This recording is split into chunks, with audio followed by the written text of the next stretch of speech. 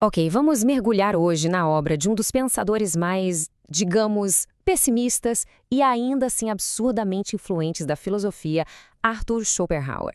E se prepare, porque a visão de mundo dele tem o poder de abalar um pouco as nossas certezas. Pois é, Schopenhauer não faz rodeios. Ele já chega com essa premissa que é um verdadeiro soco no estômago. O sofrimento não é um mero acidente de percurso na vida. Não, não. Ele é o propósito central dela.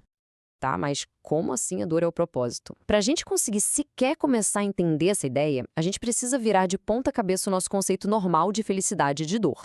A lógica dele é a seguinte: a felicidade é um conceito negativo. Não no sentido de ser ruim, mas no sentido de ser a ausência de algo. Ela é só um alívio temporário, sabe? Aquele momento em que um desejo é satisfeito ou uma dor some. Já a dor, a dor é positiva. É ela que a gente sente de verdade, é a experiência real, o estado padrão da nossa existência. E ele usa uma analogia que é simplesmente perfeita. Pensa bem, a gente não anda pela rua celebrando a saúde geral do corpo.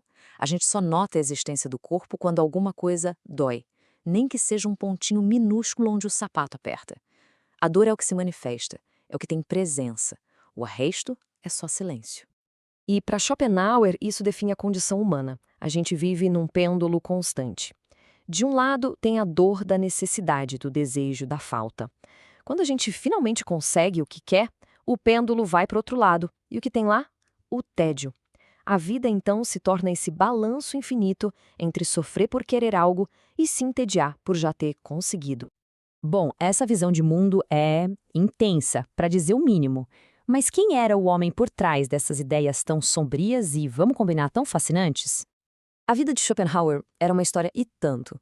Ele veio de uma família muito rica, teve uma educação de primeira, fez seu doutorado e publicou o que ele considerava a obra da sua vida, O Mundo como Vontade e Representação.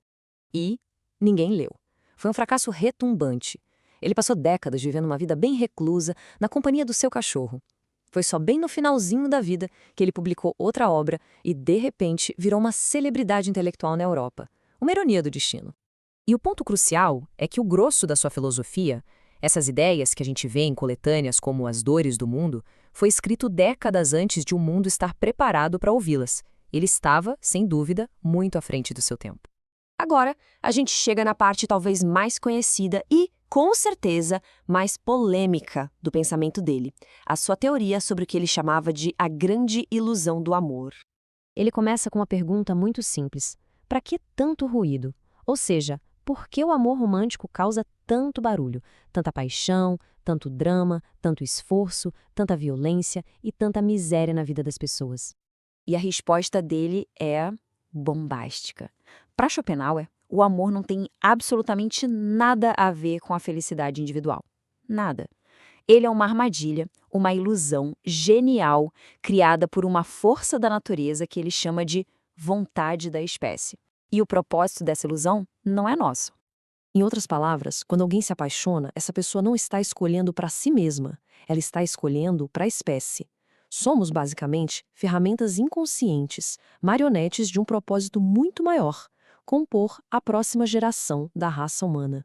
E como essa tal vontade da espécie opera? Bem, segundo ele, é como se todo mundo tivesse um tipo de checklist profundo e totalmente inconsciente na hora de escolher um par. Primeiro, existem as considerações absolutas. É o básico do básico para garantir a qualidade da espécie. Então, o instinto busca o quê? Idade fértil, boa saúde para não passar doenças adiante, uma estrutura corporal forte e até uma certa robustez que indicaria a capacidade de cuidar dos filhos. É a natureza buscando o modelo padrão mais eficiente. E esses instintos, segundo ele, se especializam. As mulheres tenderiam a buscar nos homens características como força e coragem, que garantem proteção. Já os homens seriam instintivamente atraídos por beleza, juventude e saúde nas mulheres, que são, no fundo, sinais de fertilidade e capacidade de gerar filhos fortes. Mas isso explica só uma atração genérica. O que causa aquela paixão avassaladora específica por uma pessoa? Aí entram as considerações relativas. É aqui que a coisa fica interessante. A gente busca, inconscientemente, alguém que neutralize nossas próprias imperfeições. Uma pessoa baixa se atrai por uma alta.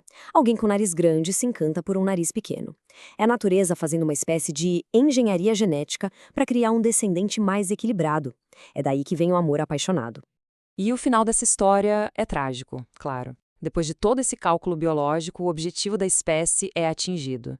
E aí, a ilusão da felicidade pessoal, a magia do amor, simplesmente se desfaz. O que sobra, na maioria das vezes, é a decepção e a dura realidade da convivência. Essa visão do amor, por mais brutal que soe, é parte de uma filosofia que, apesar de tudo, deixou um legado profundo e muito influente. Pensa só, mesmo tendo sido ignorado por tanto tempo, suas ideias foram sementes para o futuro.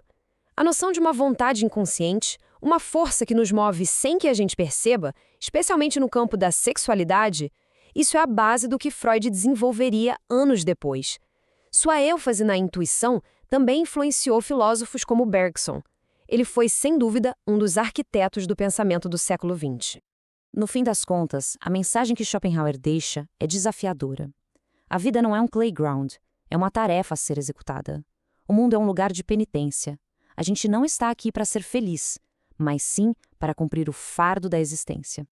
E a filosofia dele nos deixa com essa pergunta, que é desconfortável, mas essencial e talvez mais relevante hoje do que nunca.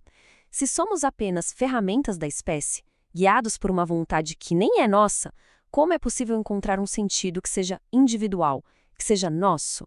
Fica aí a reflexão.